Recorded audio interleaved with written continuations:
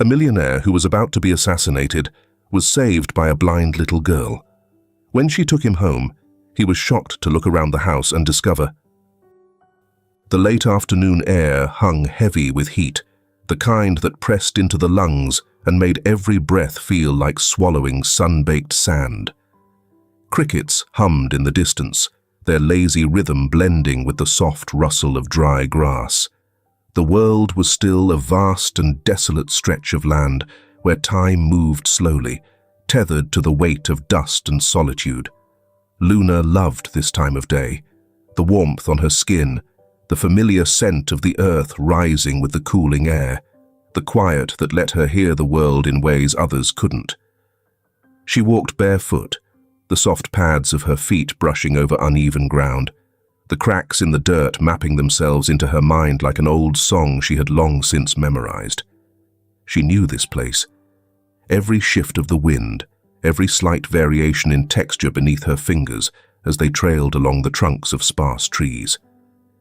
She could navigate it with ease, though the world remained an eternal darkness behind her unseeing eyes.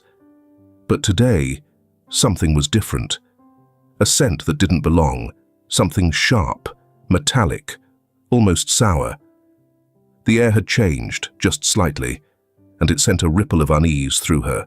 She stepped forward carefully, her hands reaching out instinctively. Then, without warning, her foot caught against something solid, and she stumbled forward, her knees hitting the ground hard. A sharp gasp slipped past her lips. She reached down, her fingers pressing into something neither stone nor wood, something warm. A person. Her breath hitched. The texture beneath her hands told her it was fabric, rough yet finely woven. She hesitated before letting her fingers drift upward, finding the curve of an arm, then a shoulder, then the cold, damp weight of a face. He wasn't moving. A chill crept over her skin, despite the heat. "Hello?" Her voice was small, barely more than a whisper. She leaned in, listening, straining past the pounding of her own pulse. A sound, soft, shallow, breathing. Relief surged through her, but it was short-lived. If he was breathing but not moving, then something was wrong. Very wrong. Her fingers traced his jaw, then the back of his head, where her hand met something wet and sticky. She pulled away quickly, the faint scent of blood catching in her nose, confirming what her touch had already told her. Panic clawed at her throat. She scrambled backward, her hands shaking as she pressed them against the ground, as if the earth itself could steady her. She knew she had to do something and had to find help, but the weight of uncertainty rooted her for a moment. "Hey you. Are you okay? Can you answer me? Do you hear me?" Luna's voice trembled as she cried out in broken words. Who was he? Why was he here, in this place where only she and her uncle ever wandered? The thought sent another wave of fear through her, but she shoved it aside. Whoever he was, whatever had happened, she couldn't leave him like this. Luna turned, gathering her bearings, then pushed herself up and ran. The world blurred around her, not because she could see it, but because the sudden rush of movement sent the familiar landscape tilting. She wasn't used to running. Her steps were uneven, her balance wavering, but she didn't stop. She counted the spaces between trees, the dips in the ground, the familiar markers that led her back toward home. She ran until her legs burned, until her lungs ached, until the only sound louder than her own pounding heart was the distant call of her uncle's voice as she neared the edge of their small home.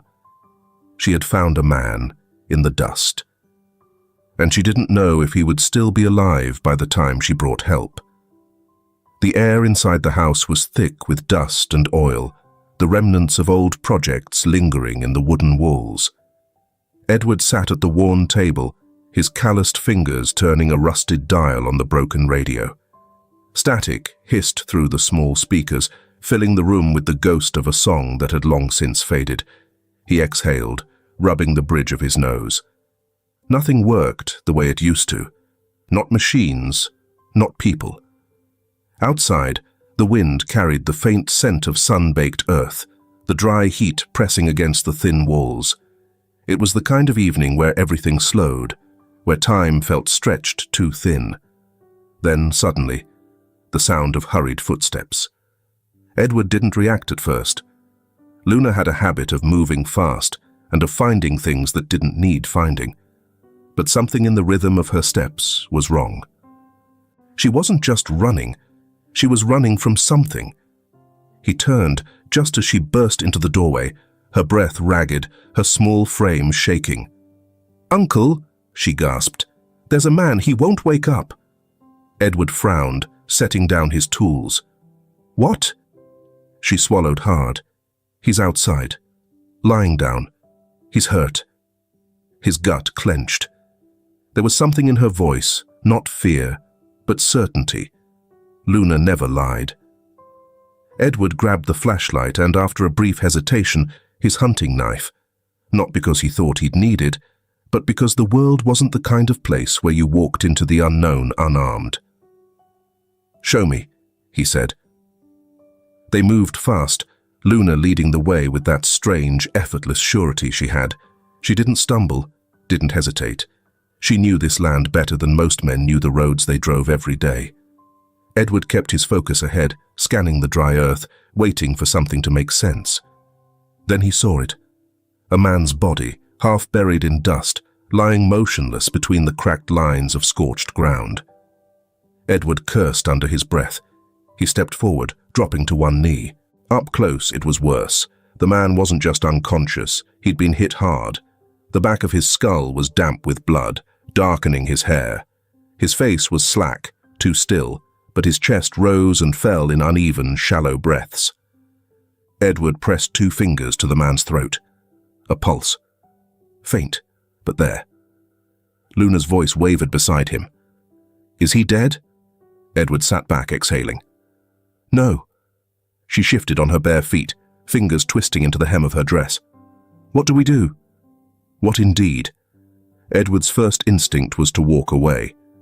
To call the sheriff, let someone else deal with this. But then Luna moved closer, her small hand barely brushing his sleeve. She wasn't asking him to do the right thing. She was expecting it, and that was worse. Edward let out a slow breath, pressing his palms against his knees as he stood. "Help me roll him over." Luna hesitated, but obeyed. She reached out, fingers skimming over fabric, tracing the contours of an unfamiliar man's existence. Together, they shifted him just enough for Edward to get a proper grip. The man was heavy, dead weight, but Edward had carried worse. 2 years. That's how long he had been looking after Luna, keeping her safe after Claire was gone. 2 years of making choices that weren't just for himself. And this? This was the second good thing he had done in all that time. Without another word, Edward moved. He slid an arm under the man's back, then the other beneath his knees, grunting as he lifted him. He hoisted the unconscious man onto his back, adjusting for balance. The heat from his body seeped into Edward's skin, a reminder that he wasn't carrying a burden. He was carrying a man who still had breath left in him. The weight wasn't unbearable, but it was enough to make his muscles strain. He took the first step, then another.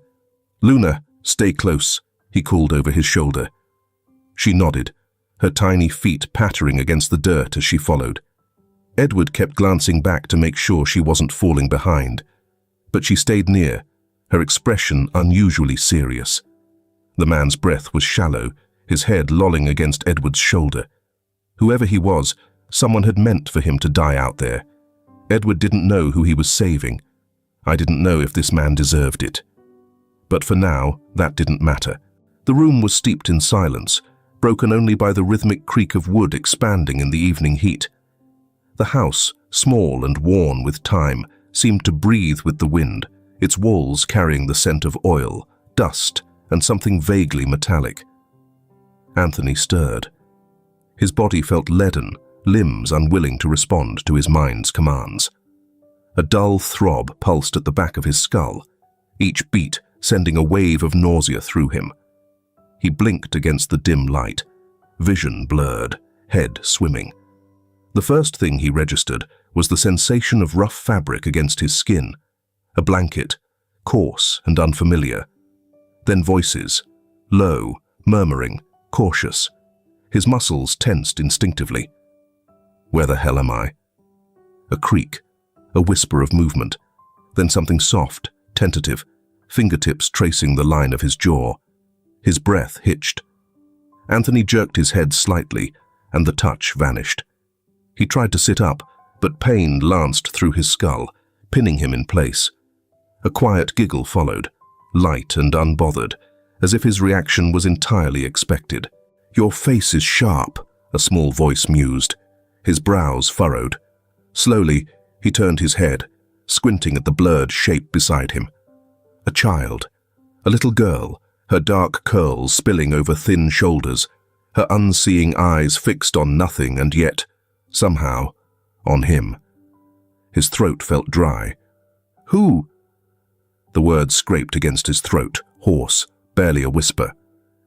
"You were sleeping outside," she supplied, as if that explained everything. Anthony's mind struggled to piece together the fragments of memory, but nothing came back clearly. He remembered walking the oil field, inspecting the site. Then, a sudden blow, and after that, just darkness. His fingers twitched against the blanket. The girl, Luna, tilted her head, listening. "You woke up fast," she observed. "Uncle thought you'd sleep longer." Before he could ask what that meant, another presence entered the room. Heavy footsteps, measured, cautious.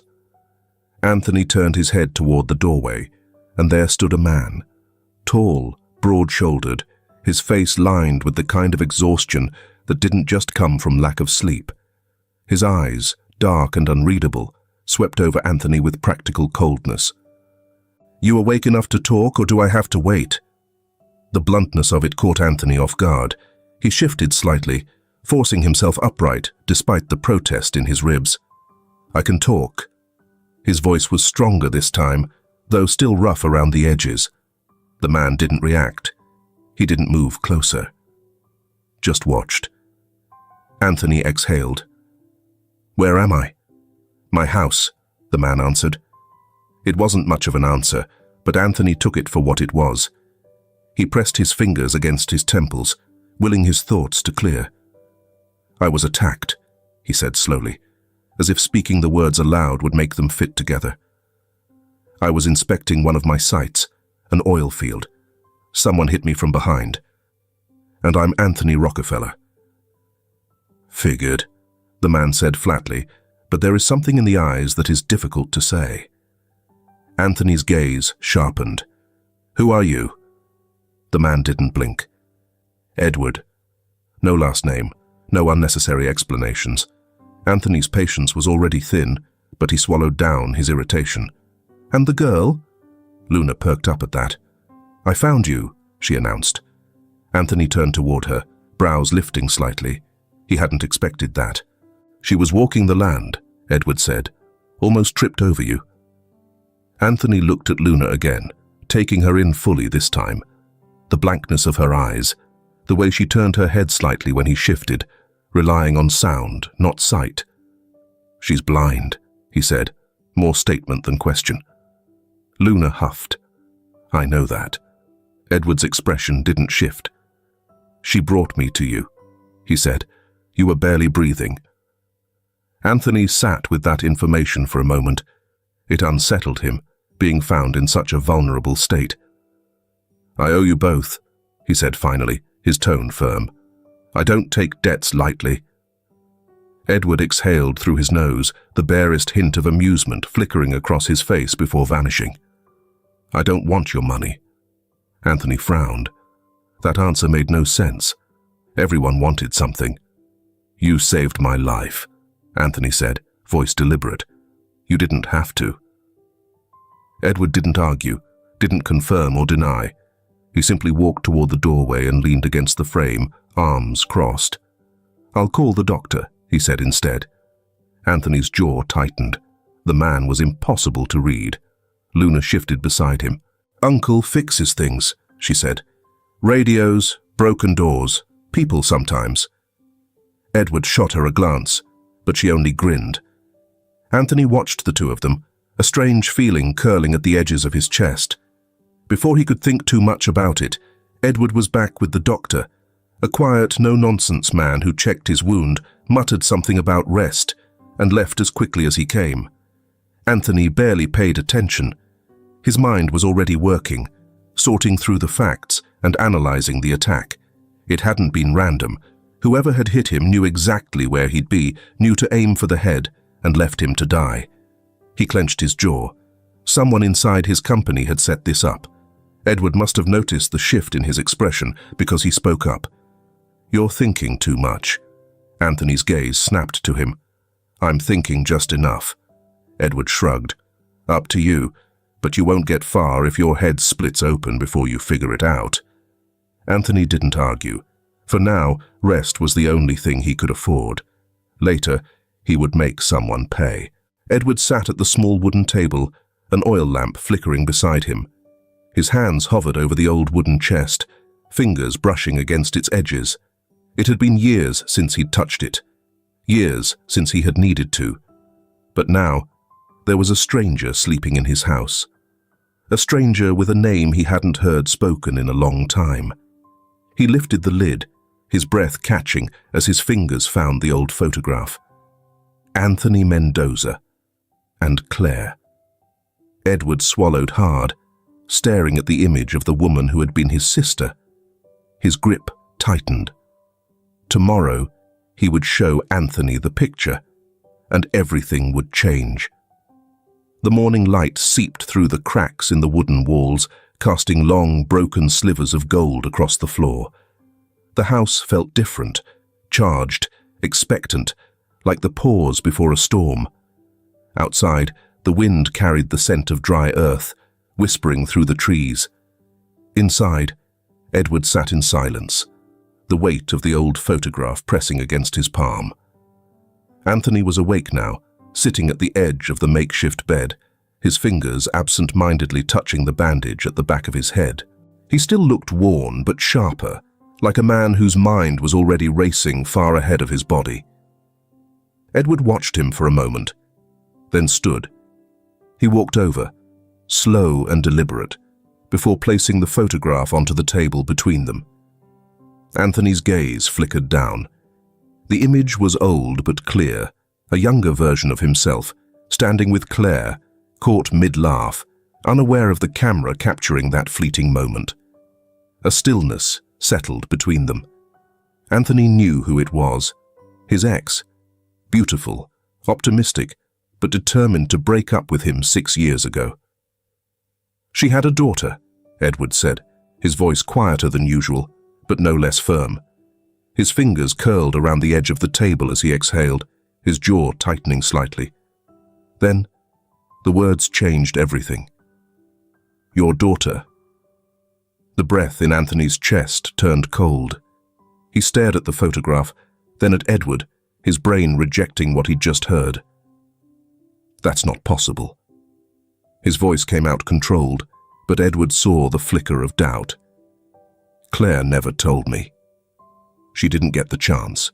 Edward's voice was steady, but something strained underneath it, something unresolved, something neither of them had the time to address right now. Anthony's gaze dropped back to the image, his fingers hovering just above it, but he didn't touch it. His mind fought against it. If it were true, why wouldn't Claire have said anything? "You expect me to believe this?" His tone was sharp, edged with something close to accusation. Edward didn't flinch. "I don't expect anything from you, just telling you what's real." Anthony let out a slow breath through his nose, but his chest felt tight. His head lifted slightly, gaze shifting, not to Edward, but to the small girl standing in the doorway, tilting her head slightly in his direction, listening. Luna.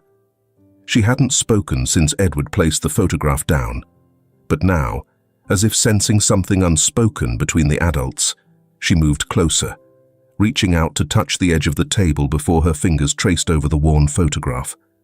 Anthony watched her.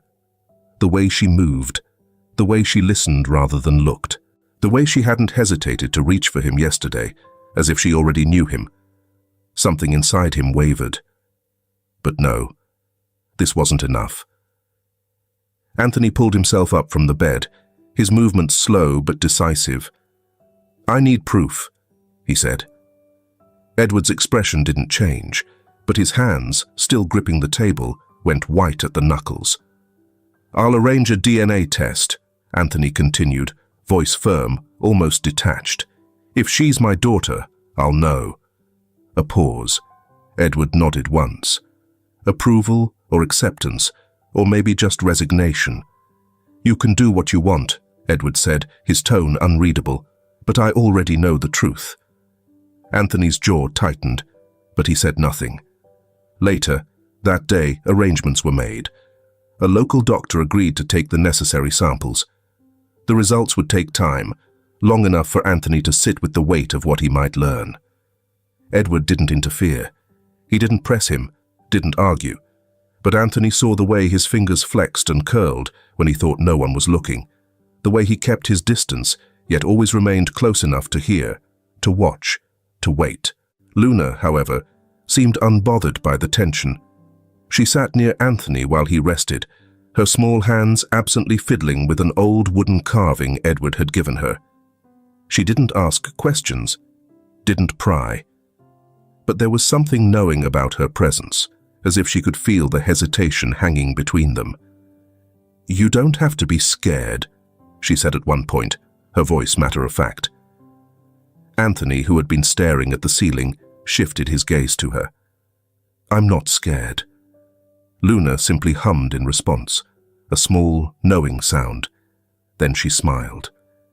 It unsettled him more than anything else that had happened today. Edward's unspoken thoughts. That night, Edward stood outside, smoking a cigarette he barely tasted. The horizon stretched endlessly in front of him, just as empty as the answers he wished he had. He should have told Anthony sooner. But Claire's memory had been something to guard, not to throw into the hands of a man who had disappeared from her life before she needed him most. Now? Now, all Edward could do was wait. Wait for the truth to settle. Wait for Anthony to decide what kind of man he really was. And hope, for Luna's sake, that he wasn't too late. The afternoon air sat thick and unmoving, stretching across the barren landscape like a heavy, silent thing. The sky had paled from its midday blaze, shifting toward the muted gold of early evening, the light bleeding through the cracked wooden shutters. Inside, the house was quiet. Not tense, just waiting. Anthony leaned against the rough wooden wall, arms crossed over his chest, watching as Luna traced her fingers over the surface of an old table, feeling its grooves and scratches like a map only she could read. She hummed softly to herself, unconcerned, unburdened. She didn't know she was waiting for the test results. Or maybe she did. Anthony exhaled, dragging a hand through his hair, wincing slightly when his fingers brushed against the healing wound at the back of his head. What the hell was he even doing here? His instincts told him to leave, to return to the city, to deal with the real problem, the person who had tried to kill him. But something held him in place, something small, blind, and humming off key in the middle of a house that wasn't his. Luna trusted him. He didn't know what to do with that. The first walk. "Are you bored?" Luna asked suddenly, tilting her head in his direction. Anthony hesitated. He didn't want to say yes, but he also didn't want to lie. "A little," he admitted. Luna grinned, hopping down from her seat. "Come outside." He frowned. "Why?" She sighed, the way children did when adults were being particularly slow. "Because you sound like someone who needs to go outside. And I know the best way." "You know that—" He almost laughed. "Luna, you're blind." Her hands found her hips, her stance shifting with something like amusement. "And you're slow." Anthony blinked. Then, despite himself, he chuckled. It was the first time he had laughed in days. Edward was watching from the other room. He didn't say anything, but Anthony felt his gaze, assessing, weighing something unspoken. Luna grabbed his wrist, not his hand, not his arm, but his wrist, as if she were the one guiding him instead of the other way around. And maybe she was. The air smelled of dust and the remnants of yesterday's rain, cool but dry. The kind of scent that signaled the slow shift from summer into something colder. Luna moved with confidence, her small feet navigating the uneven earth with practiced ease. Anthony, however, was watching his steps, dodging loose rocks and patches of stubborn grass. "You're bad at this," she commented. "I'm trying not to trip." "You're thinking too much." Anthony smirked slightly. "That's the second time someone's told me that this week," Luna hummed. "Then it must be true." She paused suddenly, tilting her head toward the sky. "What color is it now?" Anthony glanced up. "Kind of orange with some pink at the edges." Luna nodded, satisfied. "I like orange. You've never seen orange, but I know what it feels like." That made him pause. "What does orange feel like?" "Like warm hands," she said simply. "Like when Uncle holds my hands in winter. Not too hot, not too cold, just right." Anthony stared at her. Claire's daughter. His daughter. Maybe. He wasn't sure how long he stood there, watching the way Luna's face tilted toward the sky, as if she could still see the colors she described. For the first time, he wasn't sure if the test results mattered. Edward sat on the porch, whittling a block of wood with slow, deliberate movements. His knife carved through the grain smoothly, peeling away thin curls of shavings that fell soundlessly to the ground. He wasn't looking at them, not directly, but his ears picked up every sound, the hesitant warmth in Anthony's voice, the quiet certainty in Luna's, the way their steps began to match in rhythm as they walked. It was dangerous, this kind of thing. He had spent years protecting Luna from the ghosts of the past, and yet here one stood, talking about the color of the sky with her like he had a right to be here. Edward tightened his grip on the knife. That night, Anthony sat alone in the small bedroom, his phone pressed to his ear. His investigator's voice came through, low and even. "Got something for you." Anthony's jaw tightened. "Go on." "The guy who hit you, he's not some random thug. Name's Luis Ortega. Been working under one of your oil site managers for about 3 years now." Anthony frowned. And he doesn't have the guts to plan something like this himself, which means someone hired him. A beat of silence. Anthony leaned forward. "Who?" "Still digging, but I'll have his address for you by tomorrow." Anthony exhaled. Good, because whoever had tried to kill him had made a mistake. They had left him breathing, and now he was going to find out why. Edward's unspoken warning. Edward was standing in the doorway when Anthony hung up the phone. Neither of them spoke for a moment. Then Edward let out a slow breath, stepping into the room. His voice was low, careful. "I don't know what you just found out, but don't be stupid." Anthony met his gaze, something sharp and dangerous settling behind his ribs. "They tried to kill me." Edward nodded. "I know. But don't go looking for revenge while you're still half broken." Anthony almost smirked. "You sound like you care." Edward didn't rise to the bait. He just watched him for a long moment, then finally muttered, "Luna likes you." Anthony blinked. Edward continued, voice quieter now. "That means something to her, so don't screw it up." Then, without another word, he walked away. Anthony sat there, staring at the empty space where Edward had stood, and for the first time since waking up in this strange house, he wondered if staying was more dangerous than leaving. The morning sun filtered through the thin curtains, casting pale streaks of light across the wooden floor. The house was quiet, the kind of silence that wasn't peaceful, but waiting. Anthony sat at the edge of the bed, staring at the folded piece of paper in his hands. It was unremarkable, nothing more than a standard DNA report from a private clinic. but inside it lay the answer he had been waiting for, the truth he wasn't sure he was ready to face. His fingers hesitated over the crease before he finally pulled it open. Paternal match. 99.9%. The breath he had been holding left his body in a slow, unsteady exhale. Luna was his daughter. He hadn't realized Edward had been standing at the doorway until he heard the quiet shift of boots against wood. "You gonna say it?" Edward's voice was unreadable, but something lurked beneath the words. Something heavy. Anthony ran a hand over his face. He had prepared himself for doubt, for denial, even for a fight. But this was something else entirely. "She's mine." The words came out quiet, more for himself than anyone else. Edward nodded once. "Yeah, I know." Silence. Edward didn't say, "I told you so," didn't smirk, didn't gloat. He just stood there, arms crossed, watching, like he had been waiting for Anthony to catch up to something he had known all along. Anthony's grip tightened around the paper. "She should have told me," he muttered. Edward's expression darkened. Claire wanted to. She just never got the chance. Anthony opened his mouth, then closed it again. He wanted to ask what that meant, wanted to push, to demand answers. But the look in Edward's eyes told him that whatever the truth was, it wouldn't be easy to hear. Instead, Anthony exhaled, letting the tension roll off his shoulders. "I want to be in her life." Edward's jaw tensed, but he nodded. "Figured you'd say that." "You have a problem with it?"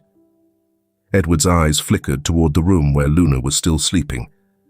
"I've been raising that girl for 5 years. She's my family. I'm not here to take her away from you." Another long pause. Then finally, Edward sighed. "Then I guess we don't have a problem." It wasn't exactly a welcome, but it wasn't a rejection either. For now, it was enough. By the time Anthony made it back to his rented car, the address had already been texted to him. Luis Ortega, the man who had nearly killed him. It didn't take long to find him. A run-down house on the outskirts of town, the kind of place that hid secrets in its shadows. Anthony didn't knock.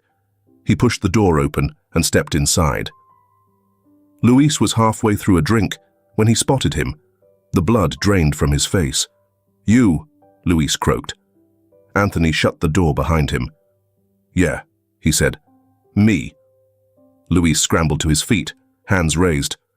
"Look, man, I didn't—" Anthony moved fast, shoving him against the wall. "You didn't what?" His voice was low, controlled but deadly. "Didn't take the money? Didn't swing that pipe at my head?"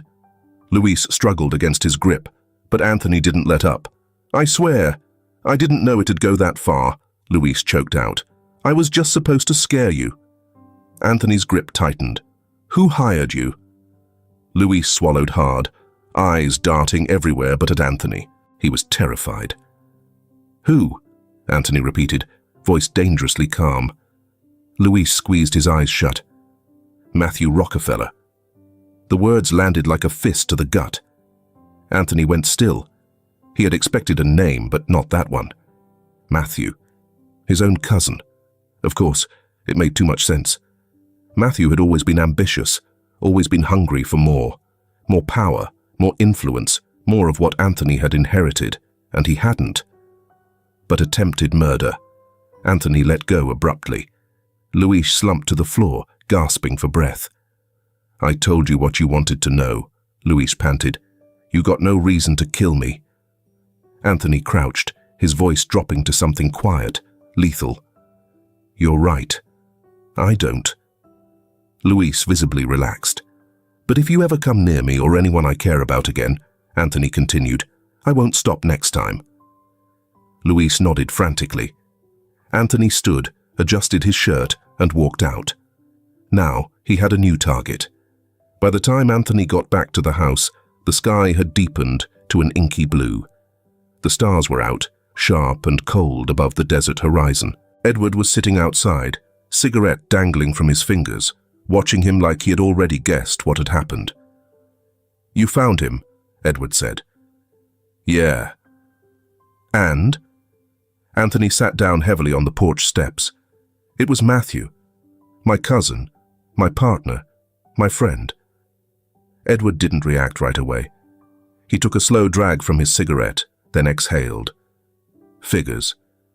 Anthony looked over. You're not surprised? Edward shook his head. You don't grow up in a family like yours without knowing the wolves in the pack. Anthony's hands curled into fists. Matthew, his own blood. He had known his cousin was ruthless.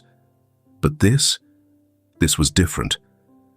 Claire saw something in you, Edward murmured. Anthony turned sharply. What? Edward flicked his cigarette into the dirt, watching the embers die out. I didn't like you much when Claire was alive, he admitted. Didn't trust you, but she did. And I figure if she saw something worth believing in, maybe it's still there. Anthony let that sink in. For the first time in a long time, he didn't know what to say. So, he said nothing. The night stretched on, silent and waiting. Tomorrow, he would deal with Matthew. But tonight, he stayed. The open road stretched before them, winding lazily through golden fields and clusters of trees that swayed under the weight of the afternoon sun. The truck rattled slightly as Edward maneuvered it over a dirt path, the steady hum of the engine blending with the distant sound of cicadas.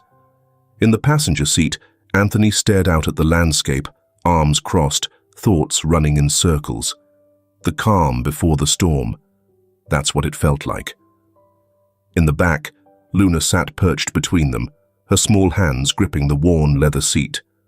Uncle, are we there yet? Edward smirked. Almost. What, you got somewhere better to be? Luna huffed. I just want to hear the trees. The big ones. Edward glanced at Anthony. You ever seen trees big enough to impress her? Anthony shook his head. Can't say I have. Luna grinned. Then you'll like this place. Anthony wasn't sure if he would, but he was here. That was something. The truck rolled to a stop near a clearing where the land sloped gently toward a slow-moving river. The sound of water against stone filled the air, mingling with the rustling leaves. Luna wasted no time.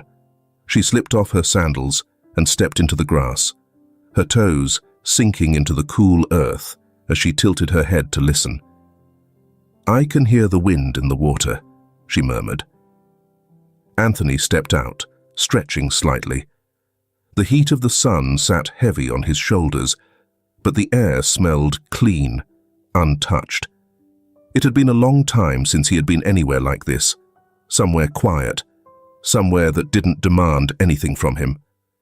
Edward sat on the hood of the truck, lighting a cigarette, watching Luna explore. You ever do anything like this? Edward asked, exhaling smoke. Anthony leaned against the truck, shaking his head. Number not really. Edward snorted. Figured. Bet your kind of getting away from it all involves a private jet and a whiskey on the rocks. Anthony smirked.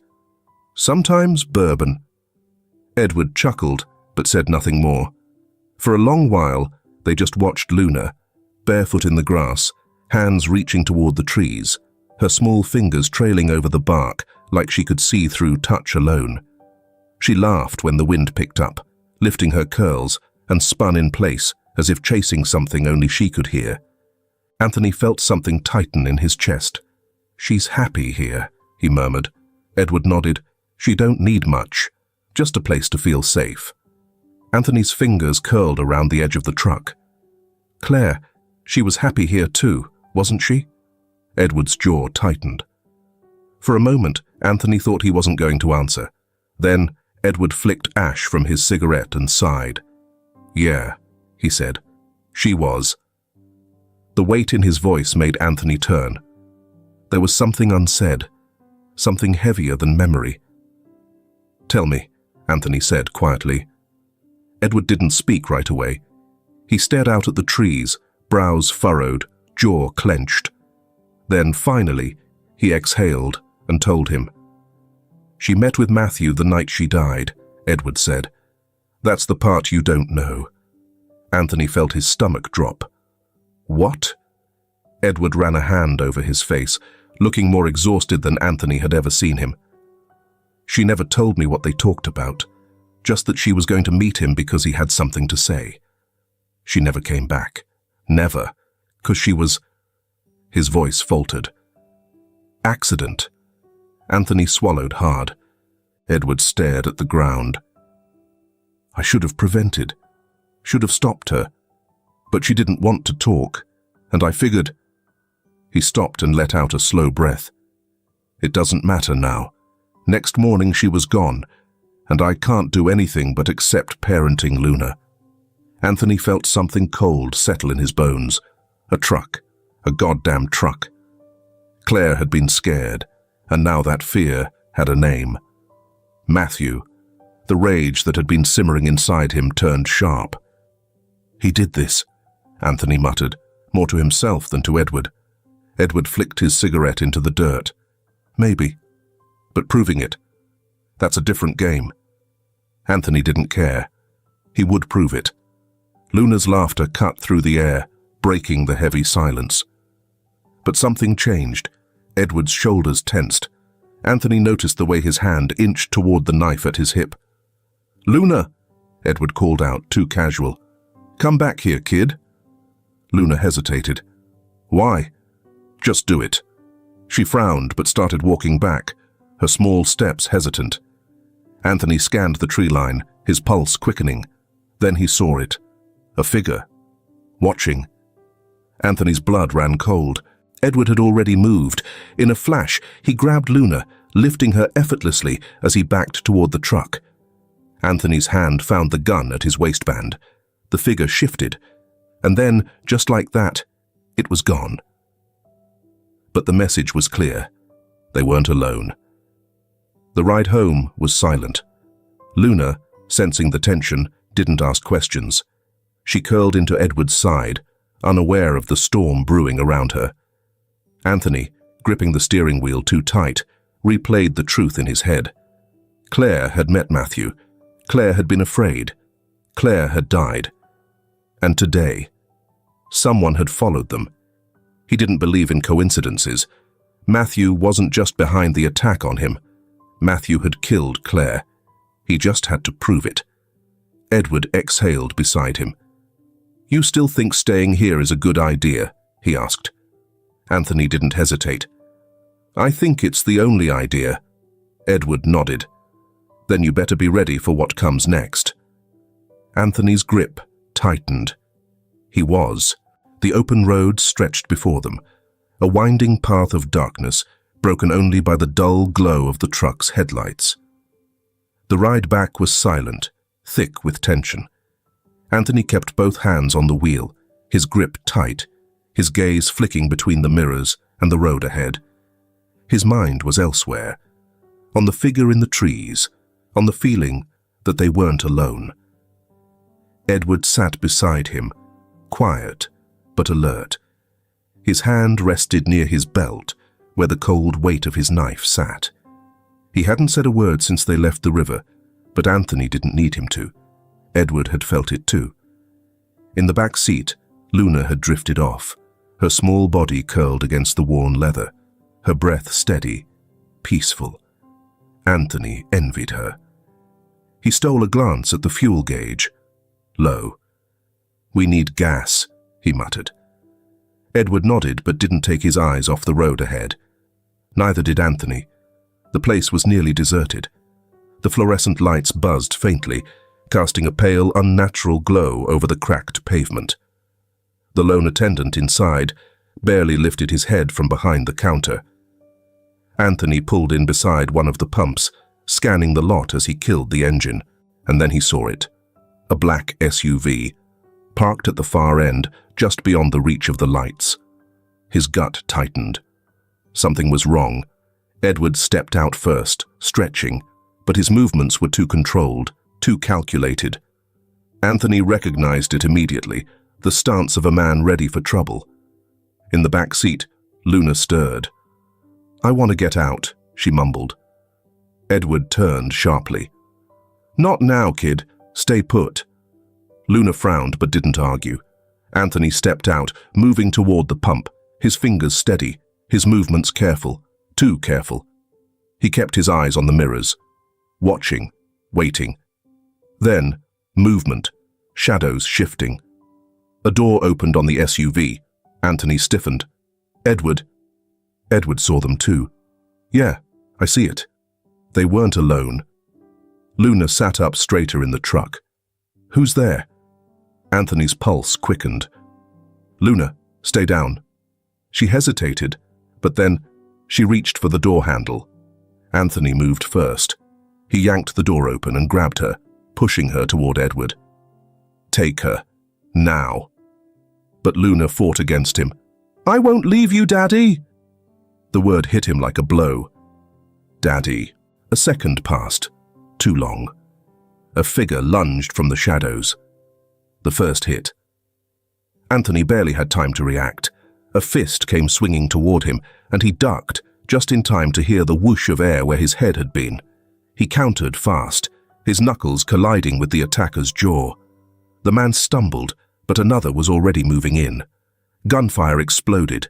Edward had drawn first, his shot slamming into a man's shoulder, sending him crashing against the pavement. Luna screamed. Anthony turned, spotting 3 more figures closing in. His breath came hard and fast.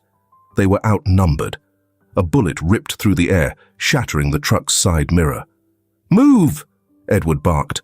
Anthony grabbed Luna and shoved her toward the back of the truck, shielding her as another round of bullets tore through the gas station lot. This wasn't just an ambush, it was an execution. Anthony fired twice, dropping another man. Edward took down a second. But the third was still standing. Then the air shifted. Footsteps, slow, unrushed. Anthony turned, heart pounding. And then he saw him. A figure stepped out from behind the SUV, untouched by the chaos, dressed in tailored black, wearing the smirk of a man who had already won. Matthew.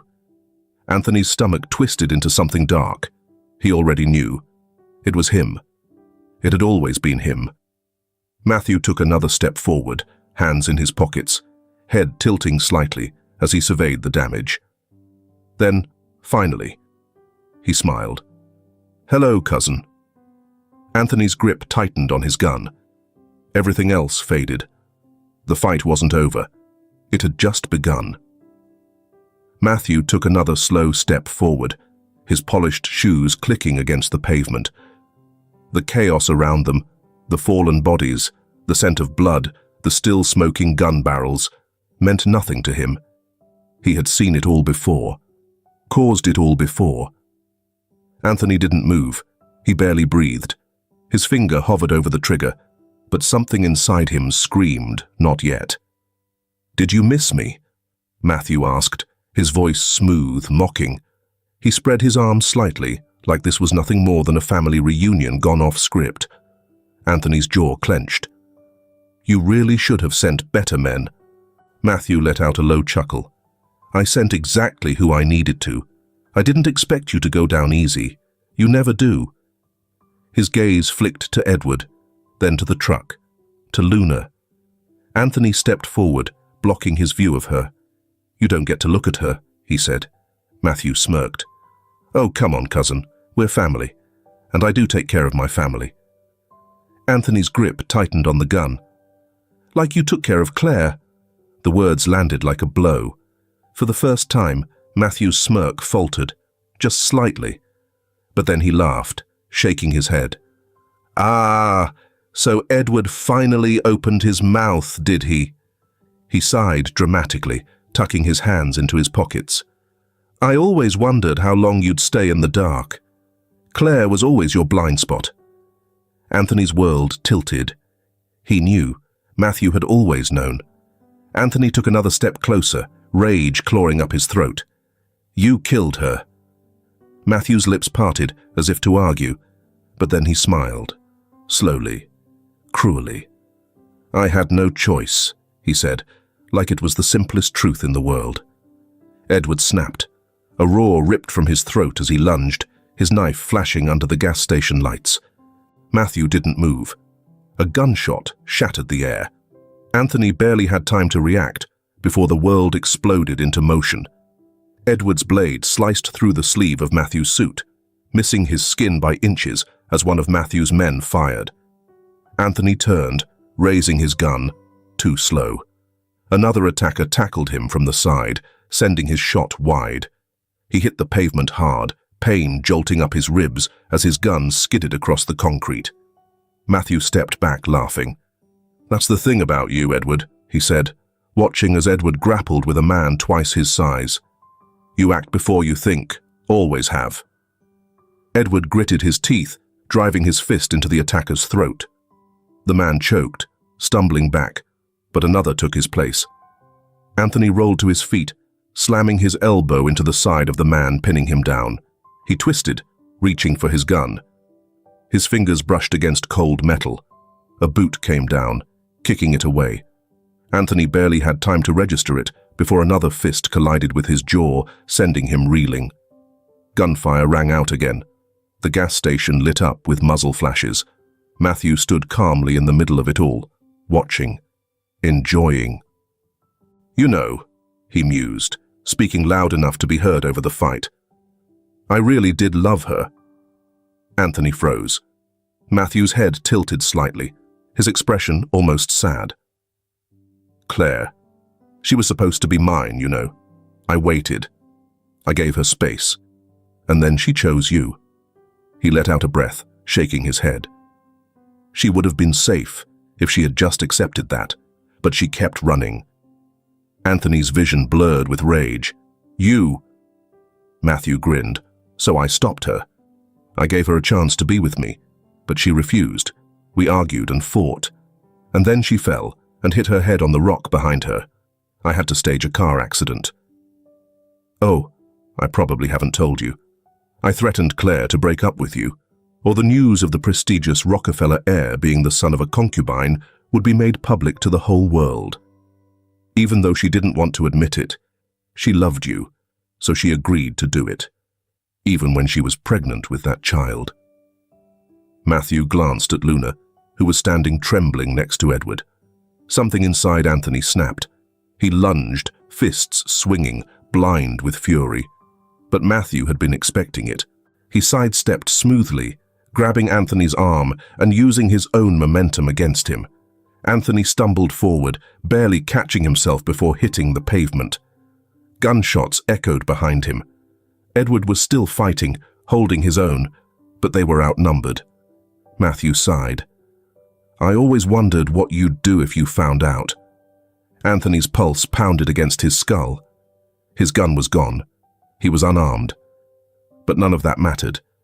He was going to kill him with his bare hands. Matthew seemed to sense it, because for the first time, he took a step back. And then, police sirens. Loud. Close. The blue and red lights cut through the night. Matthew's expression darkened. "Tiski." He glanced toward the flashing lights, then back at Anthony. "Seems we're out of time." Anthony stepped forward. "This isn't over." Matthew smirked. "Of course not, but I decide when it ends, cousin, not you." Then, before Anthony could react, Matthew turned and ran. Anthony started after him. Edward grabbed his arm. "Don't," he snapped. "Not now. They'll take us too." Anthony wanted to fight him on it, but then he saw Luna, huddled against the truck, shaking. His anger choked on itself. Matthew was gone. But Luna was here, and right now that mattered more. The police cars screeched to a stop, their doors flying open, officers spilling out, weapons drawn. Anthony lifted his hands. It wasn't over, not even close. The night was chaos. Sirens wailed, their flashing lights painting the gas station in streaks of red and blue. The acrid scent of burning rubber and gunpowder clung to the air. Bodies littered the pavement, some groaning, some unmoving. But Matthew wasn't running anymore. He stood by a parked sedan, his back to the car, his head tilting slightly as he took in the flashing lights. His suit was disheveled, dark with dust and sweat, but his smirk hadn't wavered. If anything, it had grown. Anthony stood across from him, breathing hard, his body aching from the fight, his fists still clenched. This was it. This was the moment. Edward, bruised but still standing, positioned himself beside Anthony. His grip on the knife in his hand was so tight that his knuckles had turned white. Luna, trembling, stood behind them, her small hands curled into fists. She wasn't crying, not yet. But Anthony could feel the fear in her, the way she clung to their presence like a lifeline. And then Matthew chuckled, low, quiet, almost amused. "You always were predictable, Anthony," he mused, wiping the corner of his mouth with the back of his hand. "You think this ends here, with some handcuffs and a police report?" He lifted his gun, not at them, but at the gas tank in the car beside him. Edward saw it first. "Get down!" he roared. Anthony lunged for Luna, grabbing her just as Matthew pulled the trigger. The gunshot rang out, and the world erupted in fire. The explosion ripped through the night, a column of fire and heat swallowing the air. Glass shattered, metal screeched, and the force of it sent Anthony and Luna crashing to the ground. The flames consumed the sedan instantly, swallowing Matthew in a wall of orange and red. He didn't even have time to scream. Anthony rolled onto his back, gasping, shielding Luna beneath him as burning embers rained down like fireflies. His ears rang, his head spinning, the air thick with smoke. Edward groaned nearby, coughing violently, one arm shielding his face from the heat. The gas station was an inferno. The fire spread fast, licking at the pavement and leaping from car to car, turning metal into molten wreckage. The heat pressed against them, suffocating, the smoke curling into thick, suffocating tendrils. Luna whimpered against Anthony's chest, her small body trembling. Anthony forced himself up, cradling her tightly. She was safe. She was alive. Edward staggered to his feet, his face streaked with soot, his knife long gone. His gaze locked onto the fire, onto the wreckage where Matthew had been standing. There was nothing left but flames and ash. A fitting end. Anthony exhaled, chest heaving. It was over. The aftermath. The fire burned for what felt like hours. Fire trucks arrived, officers shouting, paramedics rushing in, blurry figures, white noise. Anthony felt hands on him, but he didn't resist. He let them check him, let them speak, and let them wrap something around his arm, where a piece of glass had sliced through his skin. He barely felt it. His mind was elsewhere. Luna was still clutching his shirt, her face buried against his chest. Edward sat nearby, silent. They didn't speak. They didn't need to. The sirens wailed, the air was thick with smoke, and in the distance, the last embers of Matthew Rockefeller faded into the night. Luna's tears, a father's promise. The ambulance doors swung open, and Luna finally broke. She let out a small, shaky sob, her tiny fingers twisting into Anthony's shirt, refusing to let go. "Daddy," she whispered, her voice hoarse. "Don't let go." Anthony's throat tightened. He wrapped his arms around her, pressing his lips against her hair. "I won't," he murmured. "I promise." Edward sat beside them, staring at the ground, his hands still shaking. For the first time in years, he wasn't sure what came next. But tonight, they had survived. The sun climbed slowly over the horizon, casting long golden streaks across the landscape. The early morning air was thick with the remnants of smoke, a faint reminder of the chaos that had unfolded the night before. It was over. But the weight of everything that had happened still clung to Anthony's chest like a heavy chain. He stood at the edge of the burnt-out gas station, his hands in his pockets, watching as the last of the firefighters packed up their equipment. The station was gone, nothing left but a scorched frame and the twisted remains of cars melted by the explosion. The acrid scent of charred rubber and gasoline still lingered. Beside him, Edward remained silent, arms crossed over his chest, his face unreadable. His hands were still bruised from the fight, his knuckles split open, but he didn't seem to notice. A few feet away, Luna sat on a crate, her small fingers tracing the rough edges of the wood. She had barely spoken since the fire, since the moment Matthew had ceased to exist. Anthony had never been a sentimental man. He had never believed in fate or poetic justice. But there was something darkly fitting about the way Matthew had gone out, swallowed by his own destruction. Still, there was no satisfaction in it, no victory, just loss. Anthony had spent his life solving problems with money. This wasn't any different. Fixing the damage, compensating the innocent, and covering the medical bills for the people caught in the chaos was the least he could do. The owner of the gas station, a wiry old man with deep lines carved into his face, stood across from him, staring at the check Anthony had just handed him. His fingers trembled slightly as he folded it, slipping it into his pocket. "You didn't have to do this," the man muttered. His voice was rough, like he had spent a lifetime breathing in oil fumes and cigarette smoke. "Yes, I did," Anthony replied. The old man studied him for a long moment before extending his hand. Anthony hesitated, then took it, shaking firmly. Edward, watching the exchange from a few feet away, exhaled through his nose but said nothing. They left the gas station ruins behind, driving in silence. Luna sat between them in the truck, her head resting against Anthony's arm, her small fingers absently tracing shapes on the fabric of his sleeve. She wasn't crying anymore, but she also wasn't talking.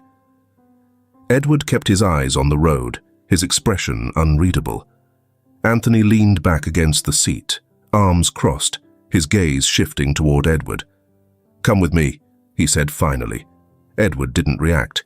"Where?" "To the city," Anthony said. "You and Luna. Come live with me." Edward let out a dry, humorless chuckle. "City's not for me. You're not leaving her." Edward's grip on the steering wheel tightened. Anthony's voice remained calm, steady. "She deserves more, Edward. You know that." Edward's jaw clenched. "She's happy where she is." Anthony turned slightly, glancing down at Luna, who had remained quiet the entire drive. "She was happy because it was all she knew," Anthony said. "That doesn't mean she wouldn't be happier somewhere better."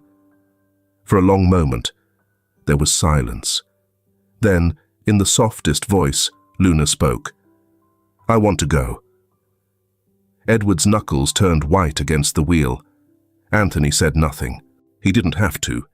Edward sighed heavily, rubbing a hand over his face. "You're a stubborn bastard." Anthony smirked. "So are you." Another long pause.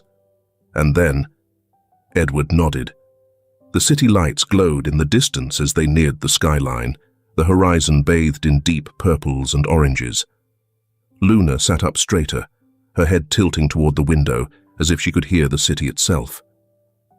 "What color is it now?" she asked softly. Anthony glanced outside, watching the sunset bleed across the sky. "It's warm," he said after a moment. "Like fire, but not dangerous. Like the kind you'd want to sit beside." Luna smiled. "Like when Uncle lights the stove in winter?" Edward huffed, shaking his head. "More like when I burn dinner." Luna giggled, the sound light, easy. For the first time since everything had happened, Anthony felt something shift, something settle. This was right. The city loomed ahead, waiting for them. A new beginning, a fresh start. For the first time in years, they weren't alone. For the first time in years, they were family. If this film touches your heart, leave your mark with a like, and don't forget to subscribe to our channel to explore more meaningful stories with us. And if you enjoyed this story, please share it with your friends on WhatsApp. And now, share your feelings with us and tell us your own stories. Every word you share is a building block that helps create our strong and enduring community. Together, we'll create a warm space where everyone can share and connect. Finally, don't miss the incredible stories coming your way soon. We're always here to bring you the best selections, full of deep values, yet entertaining. See you there.